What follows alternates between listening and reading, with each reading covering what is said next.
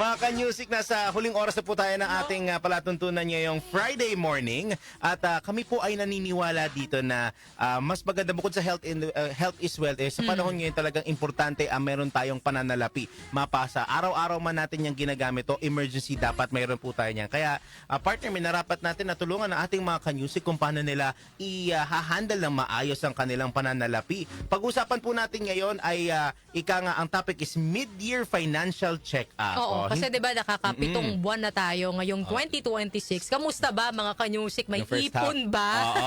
Nakakaipon pa ba tayo ngayong first half? Dahil syempre partner, ang taas ng presyo ng mga bilihin, yung presyo ng produktong petrolyo, 'di ba? So kailangan talaga natin ng yung tinatawag na mid-year financial check-up. Oo, lalo na ngayon, ano ba ang naiipon ninyo? Utang ba yan o Sama ng bayarin? O loob. sama ng loob? O meron talaga kayong naipupundar kada sa sahod, lalo na kung A15 at katapusan ng sahod ninyo. Lalo at kakatapos ng partner na A15, kakasahod lang ng ating mga kababayan.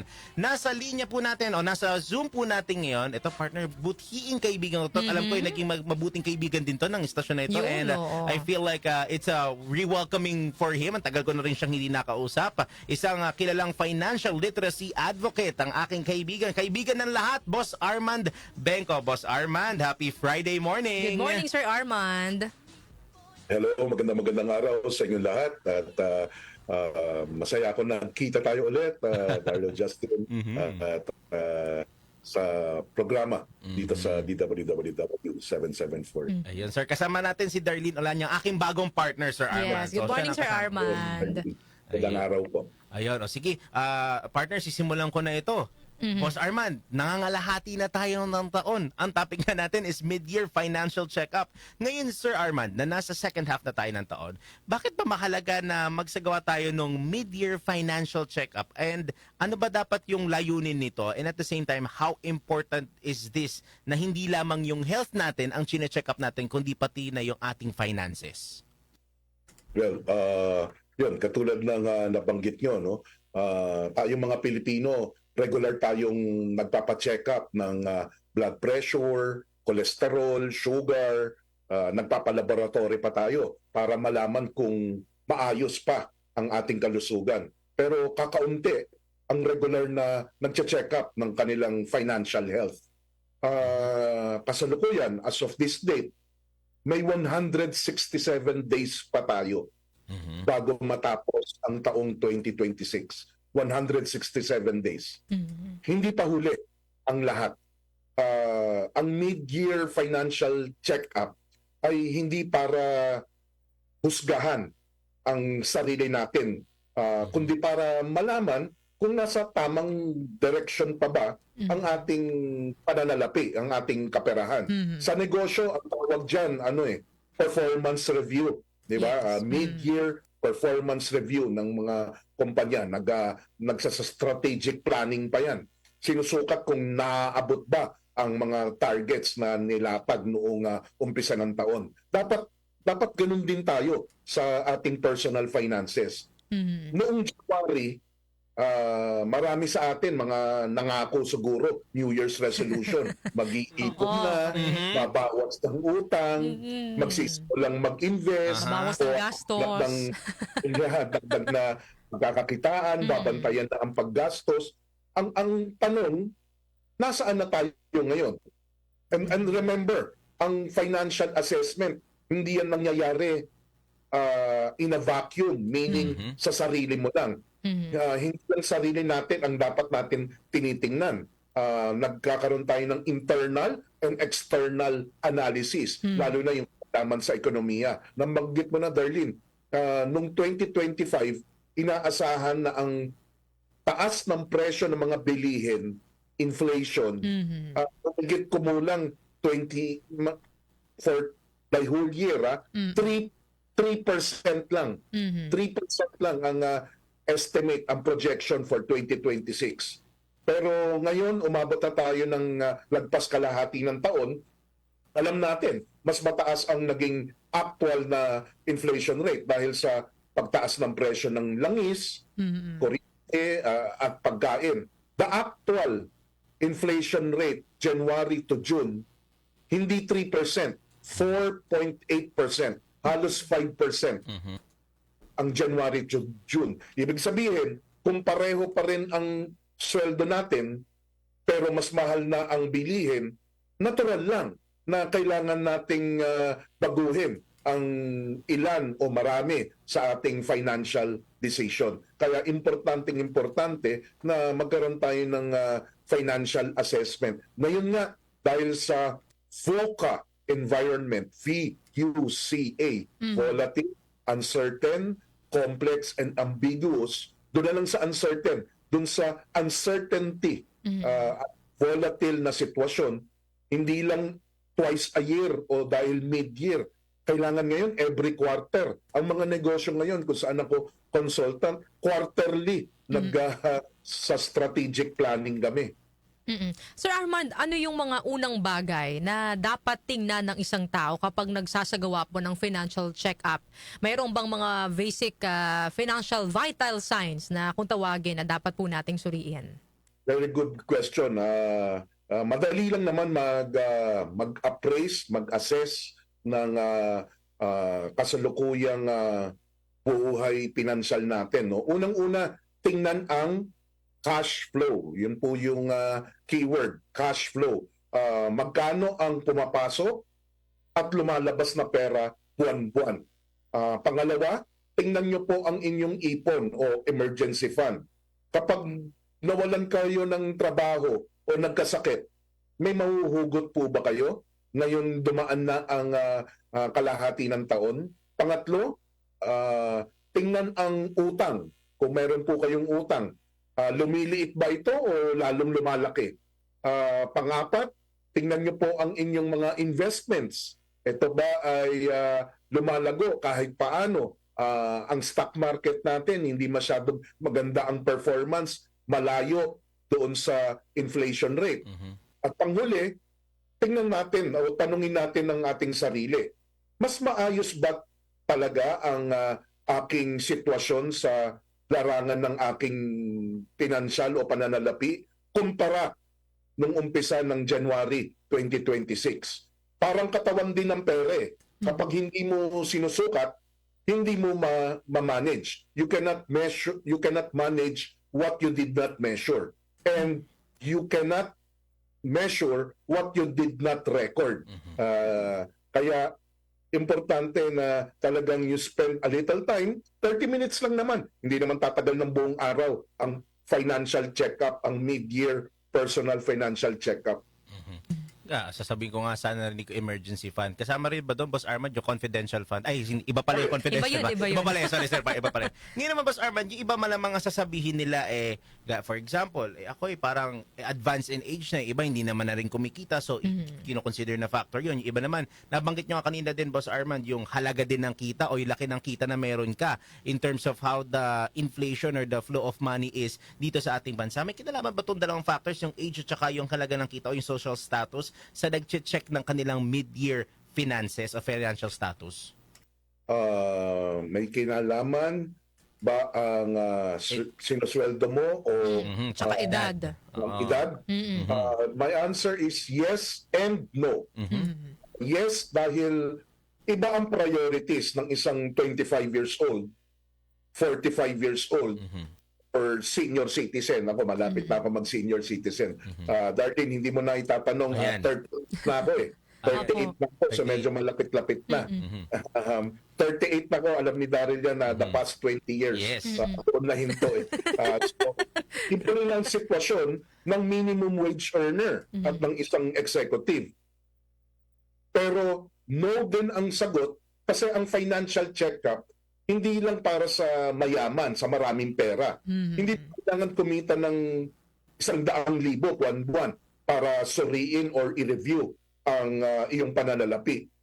Sa totoo lang, ayan, si Daryl, dahil medyo matagal na kami magkakilala, marami kaming kilala, malaki ang kita pero walang ipon. Yeah. Tama. Marami rin akong kilala, simpleng empleyado na unti-unting yumayaman katulad ni Daryl Justin. No. Mapapalibre nga ako dyan mamaya. Dahil marunong magplano. Hindi ang laki ng sweldo ang sukatan ng financial health. Ang mas mahalagang tanong, magkano ang naiiwan gaano ito lumalago at gaano kakahanda sa hinaharap. Oo. Kasi madagdag ko lang, Sir Armand, no, minsan yung mga kababayan natin, pag tumataas ang sweldo, tumataas din yung parang nagbabago din yung lifestyle nila. The means of living. Oo. So ending, wala rin silang naiipon. Yes. Totoo yan. Tawag dyan lifestyle inflation. Meron ng economic indicator o sitwasyon sa ekonomiya, tumataas ang presyo ng bilihin, inflation, consumer price index, yan yung mga technical na term sa inflation. Consumer, tayong mga mamimili, tumataas yung mga presyo ng mga bilihin. Tayo rin, mamimili, meron din tayong sarili nating lifestyle inflation. Yes. Kung mapapansin po natin, Sir Armand, na medyo napapalayo na po tayo sa ating financial goals ngayong unang 6 na buwan po ng taon, papaano po tayo dapat magsimula para makabawi ulit sa mga nalalabi pang buwan po ng taong 2026? Sana kung merong i-splice si 774 dito, maganda ito ang ma-splice. No? Una, huwag mawala ng pag-asa. May 167 days pa bago patapos ang taon. At dito gusto kong ibahagi at sana ma-capture ng lahat. At dito, yung himpilan, pwedeng niyang ma-splice nga. No? Gusto kong i-alok yung simpleng framework na stop, start, continue. Kapag nag-financial assessment tayo, yun yung objective natin. Ano ba yung aking ihinto, uumpisahan, at itutuloy? Una, yung kailangan i-stop. Baka panahon ng itigil, yung sobrang food delivery. Impulsive online shopping. Naku, dali-daling mamili ngayon di ba? O galing bumibili dahil dun sa mentalidad na deserve ko to. Reward lagi, ganun. Oo. Baka panahon na rin ihinto yung pagdag ng utang sa credit card. Yan. So, alam niyo mga bagay na ihinto. Pangalawa, ano ang mga kailangan umpisahan? Start. Magsimula ng simpleng pagsulat ng budget, pagsulat ng mga lahat ng ginastos at napuntahan at bakit ginastosan, magtabi kahit 100 kada araw, malaki ba yun? Or 500 per payday.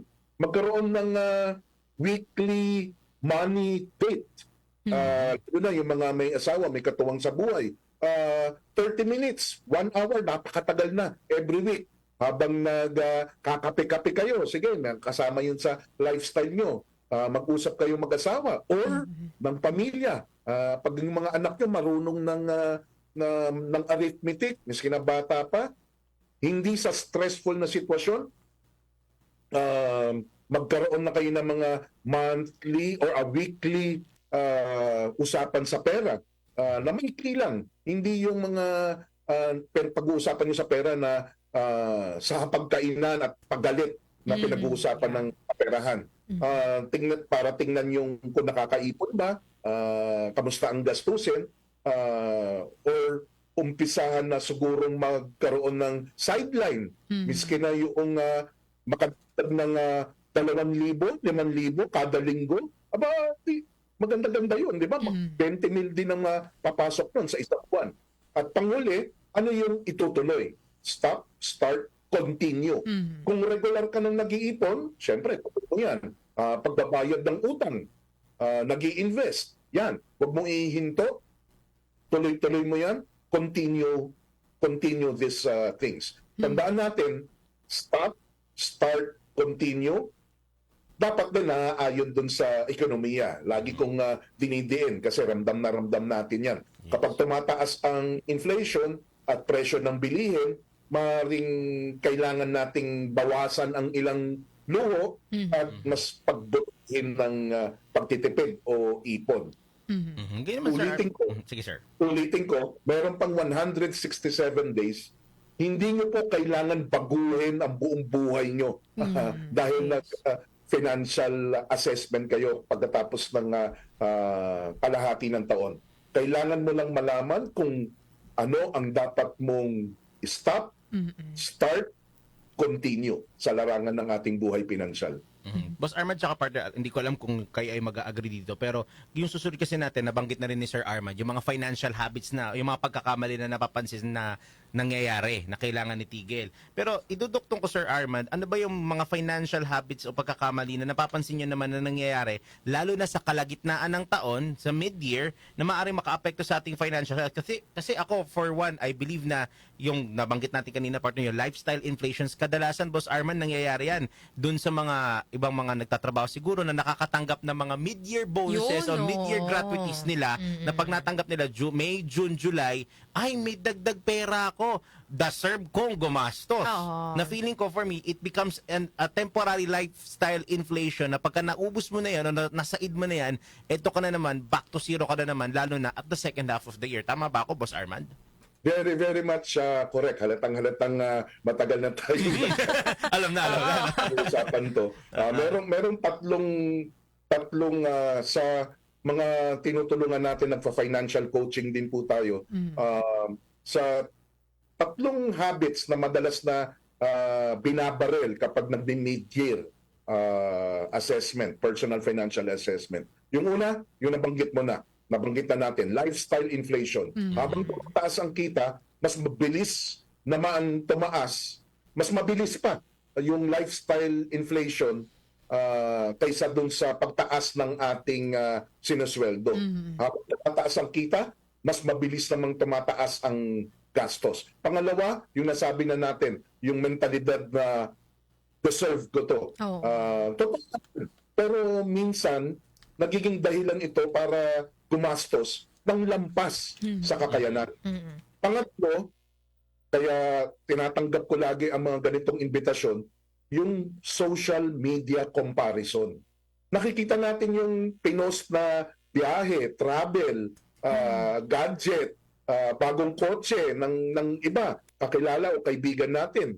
Pero hindi natin nakikita ang credit card bill nila, yung utang nila, yung stress na kasama noong pag-post nila doon sa social media.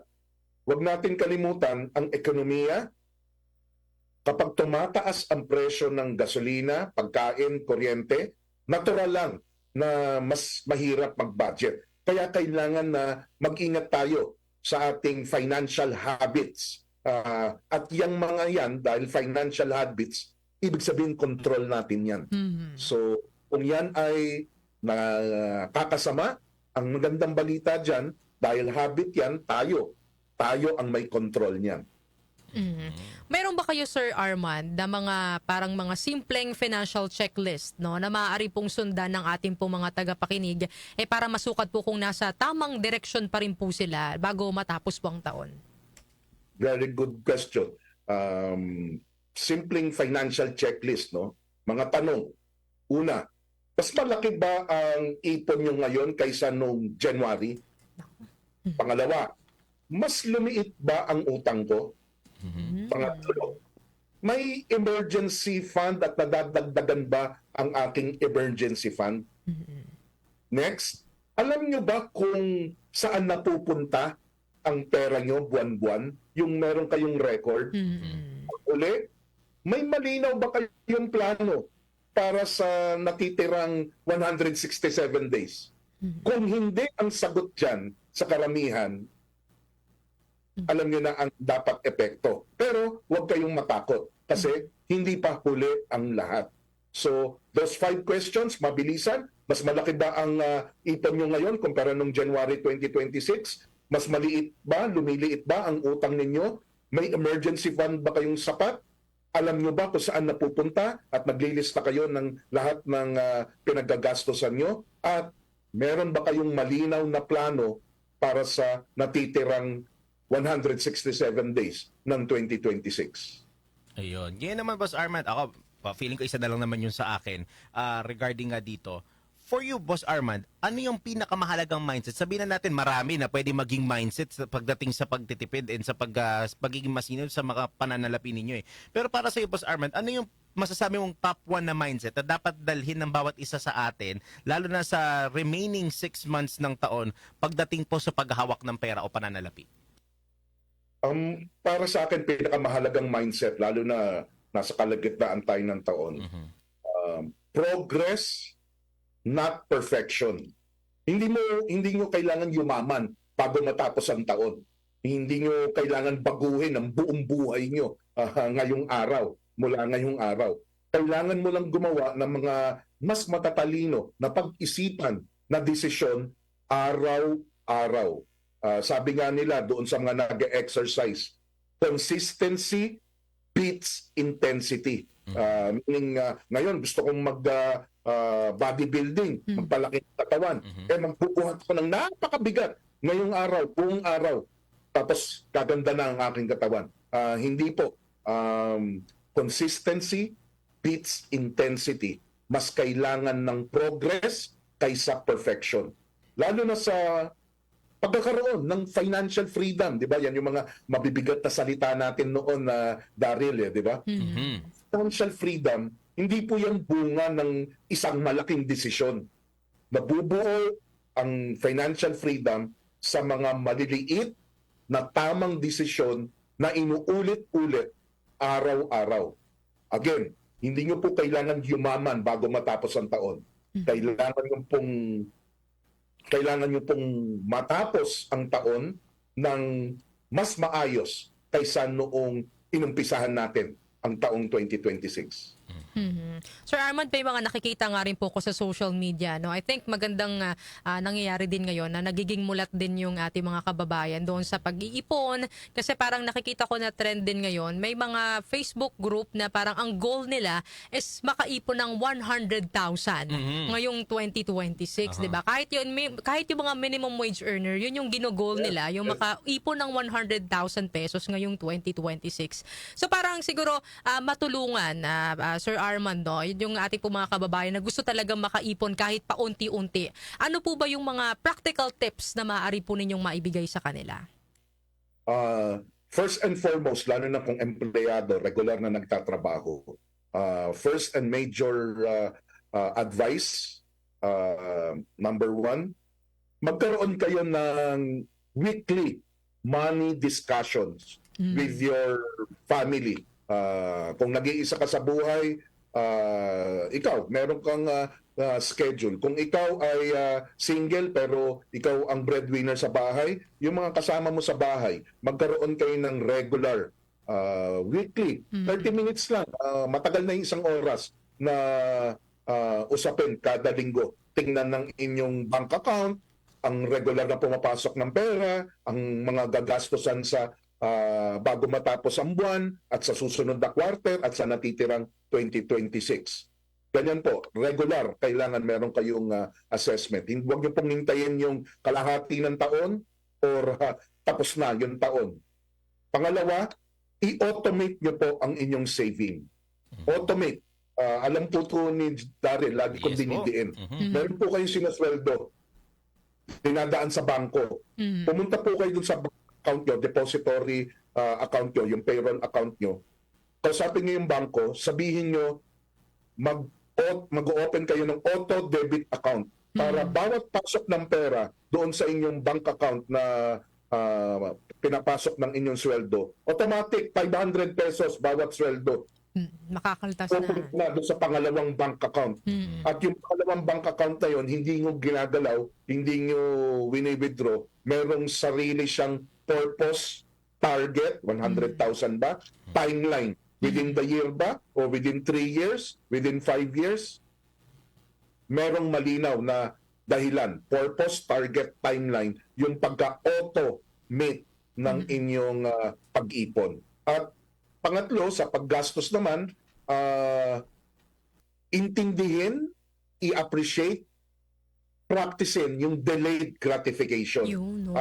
Delayed gratification. Halimbawa dyan sa, ito, mga turo ko sa aking pamilya, yung on shopping. Di ba? Ang dali. Ang bilis ngayon eh. Tsaka yung notification, naka-off yung ringer mo pero tumutunog yung cellphone mo dahil si online shopping Shopping app, dapat kasi mag-sponsor sila sa inyo.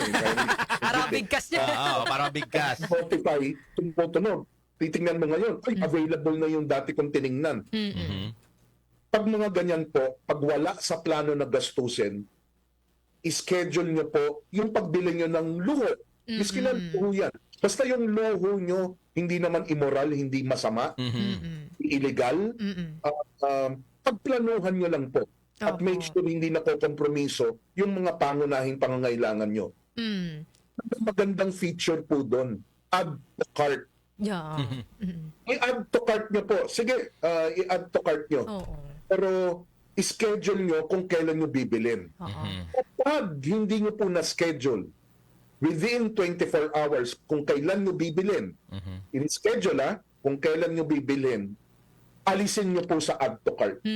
Alam niyo po kasi sa pag-aaral sa mental health, alam niyo po kung bakit bumibili? Kasi gusto lang po yung pakiramdam na dulot nung bumibili. Take note, pakiramdam.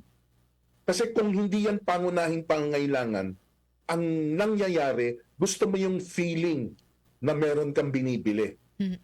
So, hanggang hindi nyo pinagplanuhan, huwag nyo pong bibilhin. Tanggalin nyo po sa add to cart. May nabasa nga rin po ko, Sir Armand, na tips din na ganyan. Na halimbawa may nakita ka sa online shopping app na gusto mo, i-add to cart mo lang, tapos iwan mo siya doon ng 3 araw. Kapag binalikan mo after 3 days at pakiramdam mo gusto mo pa rin, pwede mo siyang bilhin. Pero kasi after 3 days, parang lumilipas na yung yung pagkagusto mo doon sa bagay na yun eh. Opo, yung urge. Impulsive buying ang kalaban eh. Ang sagot, planned spending.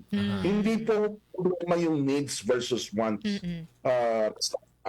Basta hindi illegal, hindi immoral yung wants at na secure mo naman yung needs.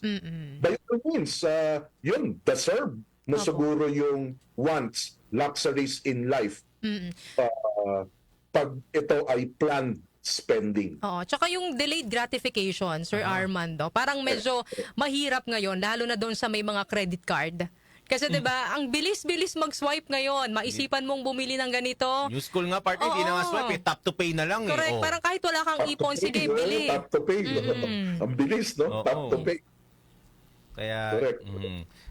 Sir Armand, it was a very, very healthy discussion that we have this Friday, and lalo na doon sa mga ka-music natin, baka mamaya may pwede natin siguro gawing make it a habit ito every Friday na from time to time balikan natin, hindi yung salapi ng bayan, andyan yan, araw-araw na pag-uusapan yan. Pero yung pananalapi naman natin is something that we have to look forward to din and look at it every single week, gaya nga na nabanggit ni Boss Armand. Boss Armand, pahabol na mensahe at paalala na lang po sa ating mga tagapakinig at tagapasubaybay sa social media, sir. Go ahead. Kukunin ko na lang yung oportunidad. Meron po tayong social media properties. Hanapin nyo lang po Peractical. O ang inyong lingkod, ang pangalan po natin ay hindi po Coco Martin. Ayun. Ang pangalan po natin, Armand. Kamukha of course. Armand. Armand Benco po. Makikita nyo po sa iba't ibang social media properties. Ayun, Boss Armand. Maraming salamat at napaunlakan mo ang aking lambing, ang lambing ng aming istasyon, and we hope to see you, and si Darlene lalo, we hope to see you here sa studio natin some other time, and let's look forward to more healthy conversations pagdating po sa usaping pananalapi. God bless, Boss Armand, at ingat po, and muli maraming salamat po. Thank you, Sir Armand. Maraming po salamat. Ayun, partner, mga ka-music, nakausap po natin na nakahuntahan natin sa usaping pananalapi si Boss Armand Benco, isang financial literacy advocate. Talagang sana yung mga nag-take down notes, sana hindi lang siya matetenga sa notebook. Oo, dapat sa buhay. Yun, maganda yung mga tips na binigay ni Sir Armand, no? Lalo na yung check, yung stop, yung mga kailangang i-stop dun sa mga naging habit natin sa paggastos. Ano ba yung mga dapat simulan? Ano yung mga dapat ipagpatuloy, no? Kasi syempre, kailangan talaga natin yan. Kung mayroong health check, meron din dapat wallet check, di ba? Naghihingalo na ba yung ating wallet, di ba? Minsan, kahit wala nang laman, sige pa din sa gastos. gastos, di ba, partner? Yung mga in denial. In Oo. denial kasi anong sasabihin nila, sasahod naman. May Oo. inaasahan naman ako. Minsan sa pag-look forward dun tayo nabibiktima sa paggastos natin ng more than our means. Yun, oo. Kahit yung aking special sa malagi sinasabi na, paalala, always live within your means. Correct. Yun naman kasi talaga, lalo na nga sa taas ng bilihin ngayon. At minsan, yung pera na nga natin na pinagkakatiwala natin sa ibang tao, lalo na sa mga public officials, hindi natin alam kung saan napupunta. Sana sa sarili natin, kahit pa paano, yung pananalapi o yung pera na meron tayo, alam natin kung saan napupunta at kung talagang may kinapupuntahan na maganda para sa atin. Yun na.